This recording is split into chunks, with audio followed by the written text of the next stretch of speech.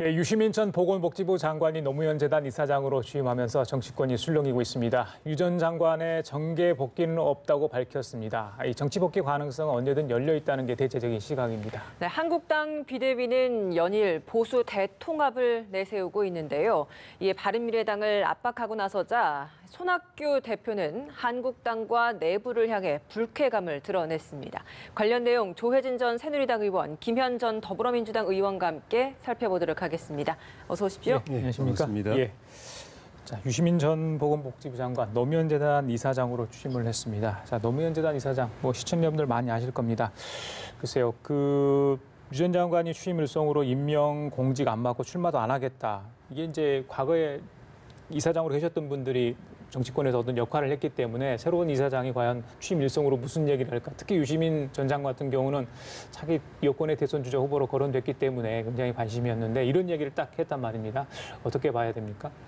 하여튼 말 그대로 본인이 임명직이나 아니면은 공직으로 선출하는, 그러니까 출마한 일은 없겠다라고 하는 것은 그대로 받아들이면 될 것 같습니다. 예. 그리고 특히 노무현 재단이 그러니까 그동안 이제 회원으로 운영이 되고 있고요. 후원 회원으로 운영이 되고 있고, 두 번째는 지금 대통령의 유지를 받드는 구체적인 사업들이 굉장히 많이 벌어지고 있습니다. 그래서 그 일을 작가로서 또는 글 쓰는 사람으로서 하는 일 말고 어쨌든 재단 이사장으로서 역할을 하겠다라는 점을 밝힌 이상 제가 볼 때는 언론과 정치권에서 논란이 되는 것 자체가 이사장으로서 좀 부담스러울 것 같아요. 그래서 좀 이 부분에 대해서는 그 말 액면 그대로 받아들이는 것이 좋지 않을까 싶고요. 예. 얼마 전에 이제 유시민 이사장의 누나인 유시준 이사장 역시 그 문제, 동생의 출마 문제와 관련해서 정치를 하지 않은 게 좋겠다라는 뜻도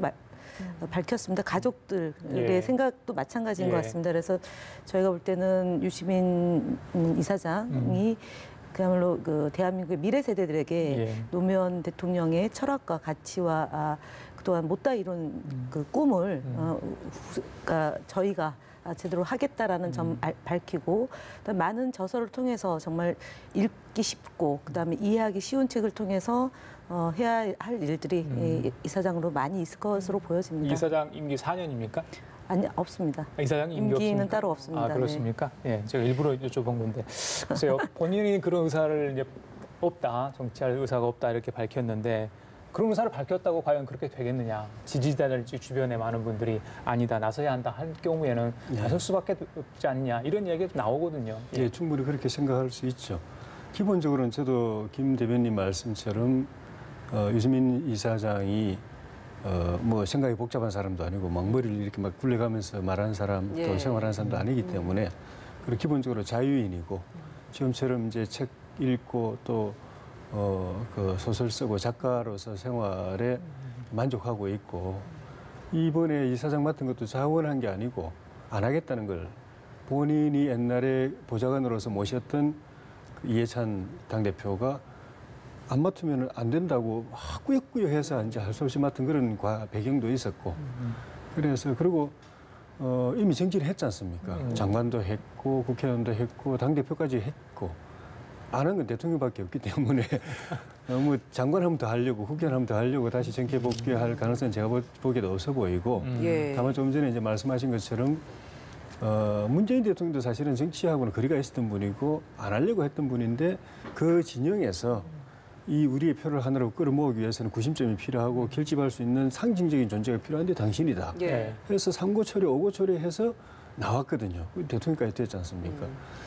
그리고 그것도 지금 또 여론조사를 해보면은 빅3 세 명에 들어가요. 그 세 명이 여권의 차기 주자, 대통령 주자 세 명이 다 지지도가 오차범위 아니니까 실질적으로 공동 1위입니다. 세 명이 공동 1위이기 때문에 이런 상황에서 대선 다가오면서 다시 우리 표를 모으기 위해서 상징적인 존재로 노무현 또 그 친노 친문의 법통을 가진 정통성을 가진 당신이 나서야 된다고 하면 그땐 고민해볼 거라고 봅니다.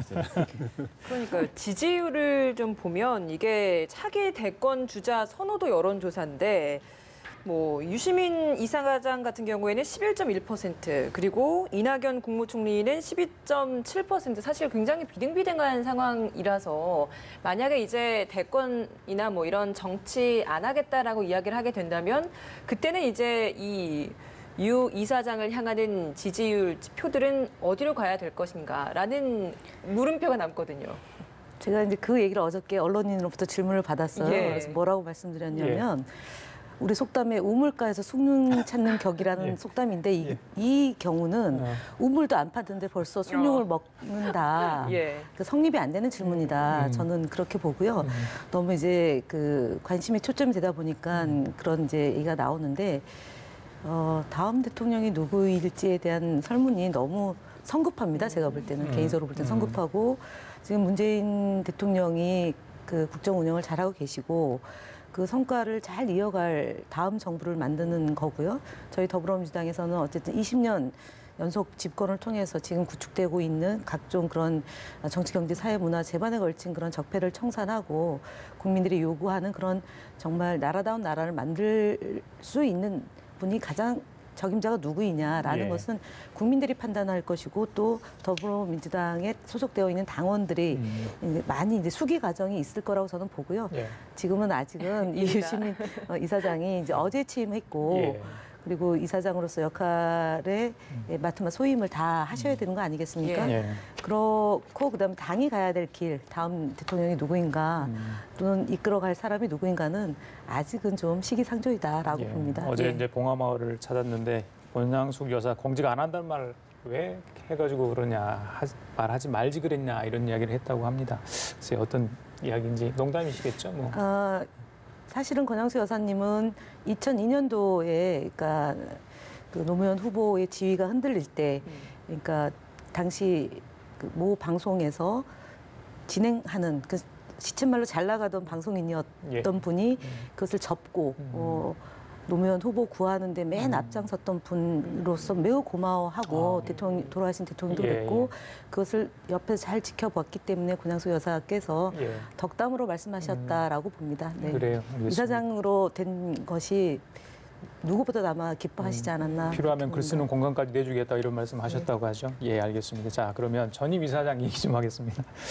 북한을 다녀왔던 이해찬 더불어민주당 대표 어제 교황이 내년 봄 방북을 희망한다 이런 발언을 해서 지금 이제 논란이 되고 있습니다. 내일 모레 이제 문재인 대통령이 교황을 만나는데 그때 이제 김정은 위원장의 방북 초청 의사를 간접적으로 전달할 것으로 보이는데 미리 이제 교황의 방북 이야기를 했다 보니까 너무 좀 빠른 거 아닌가. 그래서 왜 이 발언을 했을까? 정치 고단수인데 이해찬 대표의 의중은 어디 있다고 보세요?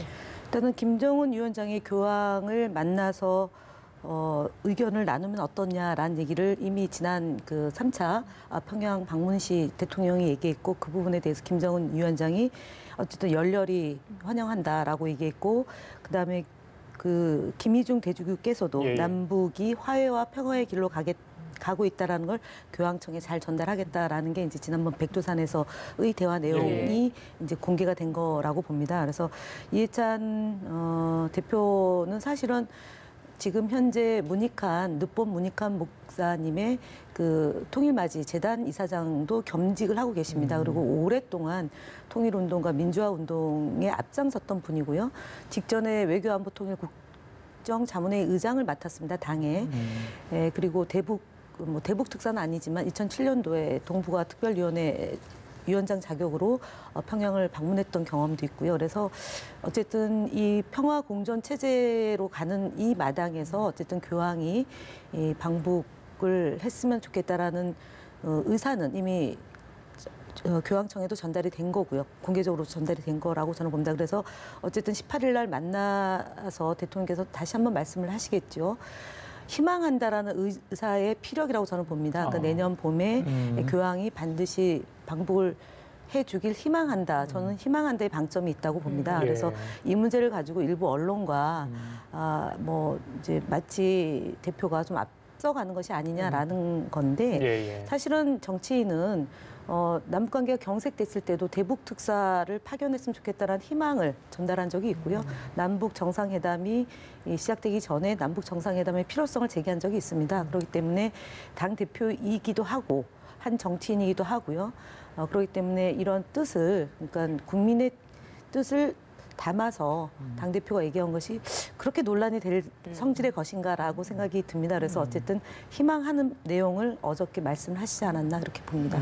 일부 언론 얘기도 했는데, 그러니까 문 대통령이 가서 뭔가 그 이야기할 부분이 있는데 사전에 이제 김을 빼는 그런 역할이라고 할까요? 이런 분위기가 됐다 이런 것 같아요. 네, 조 의원님. 김 뺀 게 아니라 그 불을 붙이는 것 같은데요.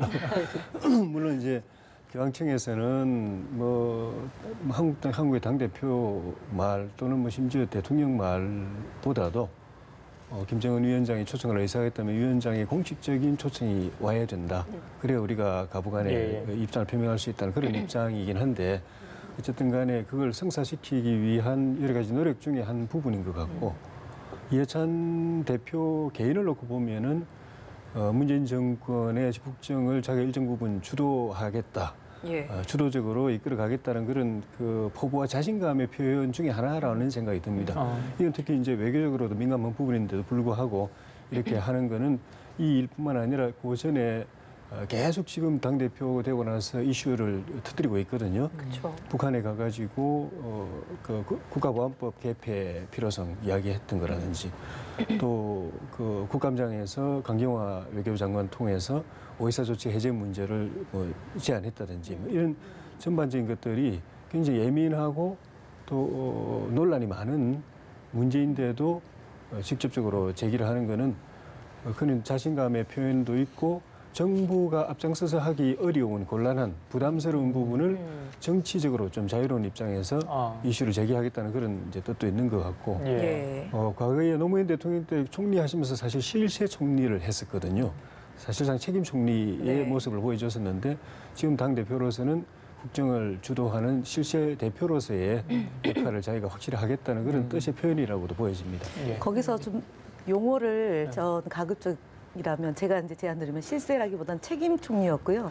책임 대표로서의 역할을 하고 계신다 이렇게 하면 훨씬 부드럽지 않을까 싶습니다. 책임 총리나 책임 대표가 사실은 권한을 가졌기 때문에 특히 노무현 대통령 때 노무현 대통령이 거의 뭐 절반 이상의 권한을 인사까지 포함해가지고 줬기 때문에 그런 실질적인 권한을 가졌기 때문에 책임도 질 수 있는 자리였고 똑같은 의미죠, 둘 다. 예, 알겠습니다. 이번에는 보수 야권 이야기를 좀 해보도록 하겠습니다. 한국당 비대위가 요즘 계속 보수 대통합 이야기를 내세우고 있는 상황인데 여기에 바른미래당은 그닥 달갑지 않은 분위기가 많이 나오고 있어요. 손학규 대표는 아예 이제 뭐 강하게 통합은 막말로 웃긴 얘기다. 박근혜가 만들고 탄핵시킨 당과는 통합할 수 없다라는 표현도 했고 그리고 나갈 사람은 나가라 이런 이야기까지 썼거든요. 지금 이 상황 좀 어떻게 보고 계십니까? 정치에서 절대 뭐 안 한다는 건 있을 수가 없거든요. 이게 과학도 아닌데. 손학규 대표 본인도 사실은 지난번에 정계 은퇴하고 전남의 토굴에 가서 지냈지만 다시 또 정계 또 복귀하신 것처럼 여러 가지 상황 변화가 있을 수가 있기 때문에 절대 안 한다는 것을 100% 정해놓고 하시는 말씀은 아닌 것 같고 일정 부분은 감정도 들어있는 것이고 일정 부분은 또 정치적 이 포석도 들어있는 것이고 기본적으로는 바른미래당 전체의 의견이 통합 문제에 관해서 통일되어 있지는 않습니다. 일부는 민주당 쪽을 손잡으면 좋겠다는 생각하신 분들도 있고 일부는 특히 바른정당 출신 분들은 한국당하고 중도 보수 통합을 했으면 좋겠다는 생각을 가지고 있어 통일되어 있지 않고 손학규 대표 본인도 저는 어느 한쪽으로 정해놓지는 않다고 봅니다. 열어놓고 하고 있는데 자유한국당에서 먼저 이제 민주당 쪽에서 말이 없는데 자유한국당 쪽에서 먼저 밀고 들어오니까 특히 시한까지 정해놓고 내년 3월에 전당대회를 하는데 그때 통합 전당대회를 하겠다.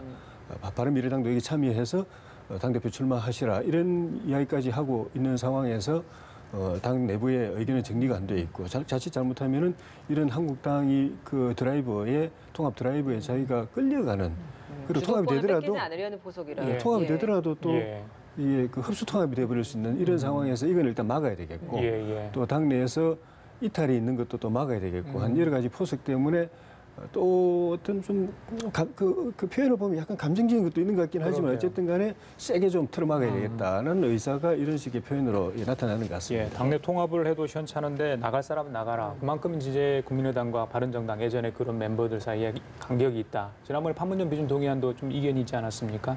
글쎄요. 바른미래당 어떻게 될 것으로 보세요? 일단은 바른미래당은 제가 볼 때는 굉장히 곤혹스러운 상황인 것 같습니다. 그러니까 특히 지지율이 계속 정체 또는 하락, 뭐 답보 상태인 거고요.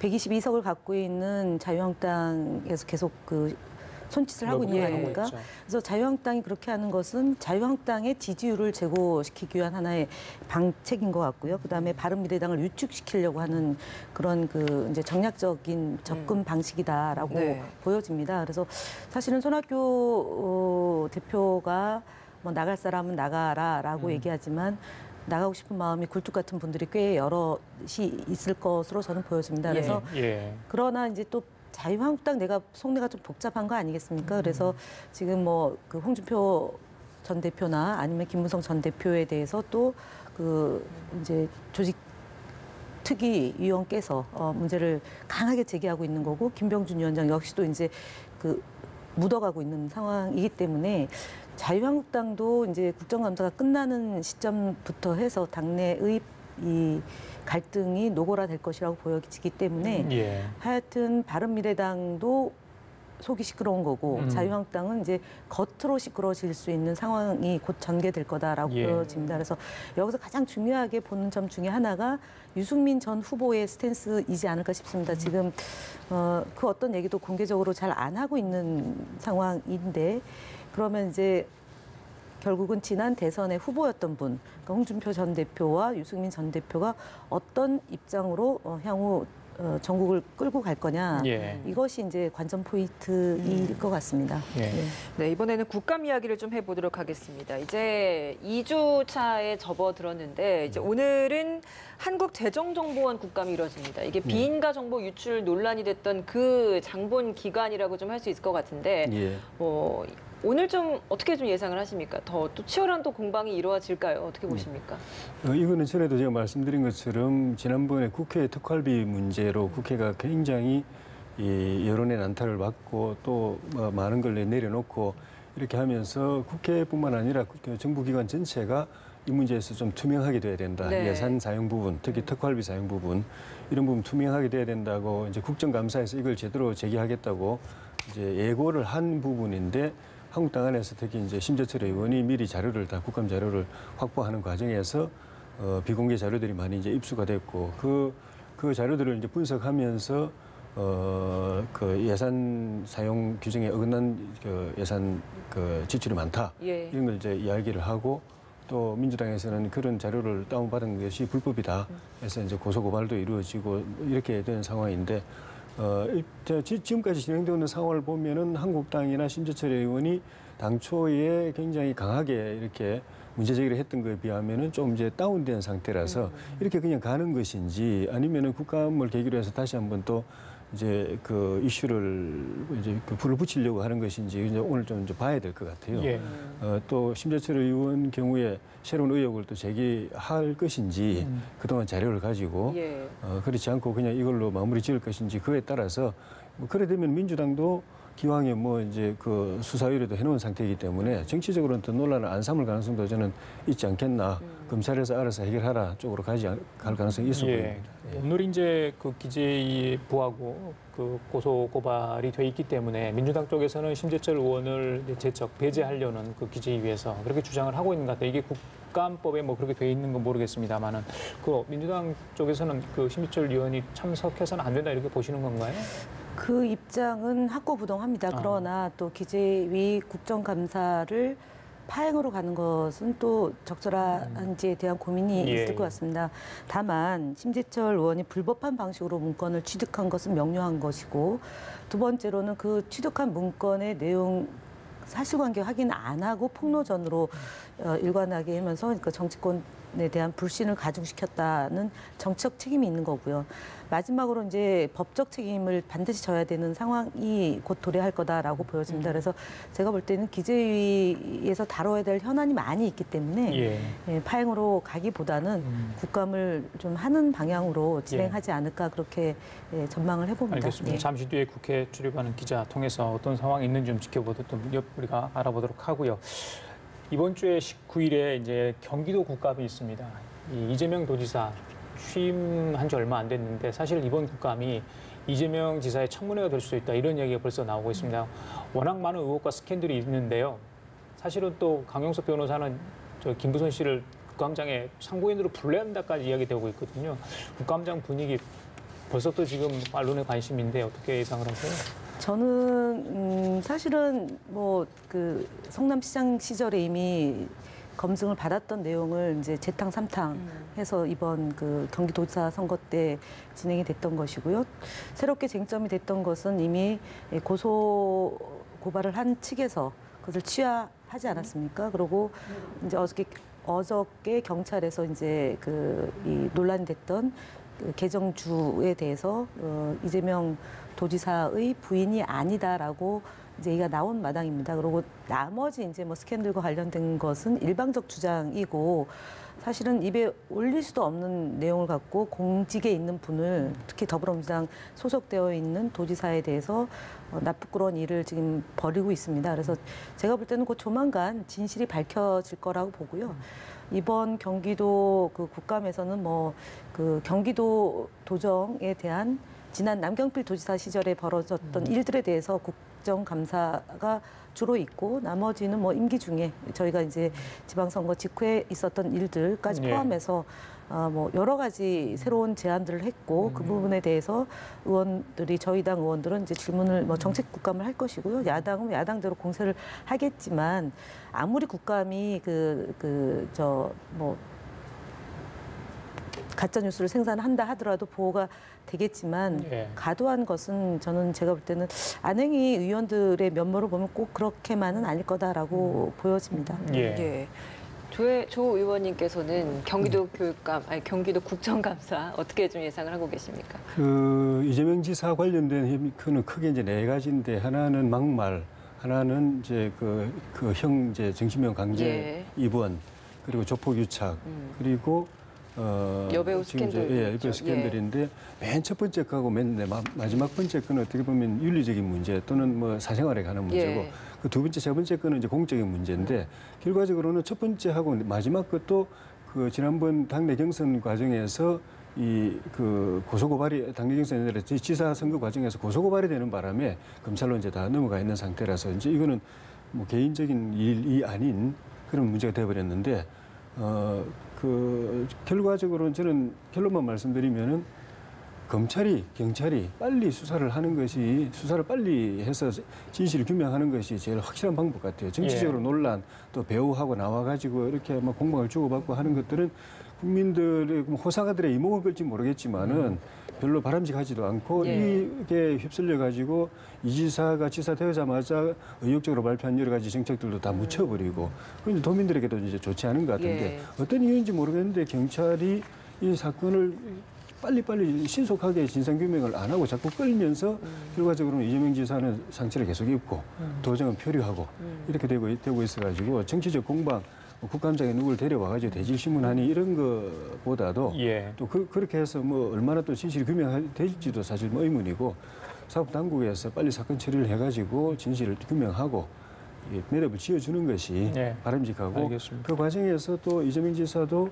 의혹이 있다면은 또 본인이 국민들에게 도민들에게 또 정직하게 고백할 거 있다면은 빨리 하는 것이 좋을 것 같습니다. 진실 여하를 따서 공무원과 경기도민들 지켜보고 있는데 답답할 것 같습니다. 또 이 지사가 말한 것처럼 사필 규정이라고 했는데 어떤 결론이 날지 좀 지켜봐야 될 것 같네요. 자, 지금까지 조혜진 전 새누리당 의원, 김현 전 더불어민주당 의원 두 분과 함께 얘기 나눠봤습니다. 말씀 잘 들었습니다. 고맙습니다.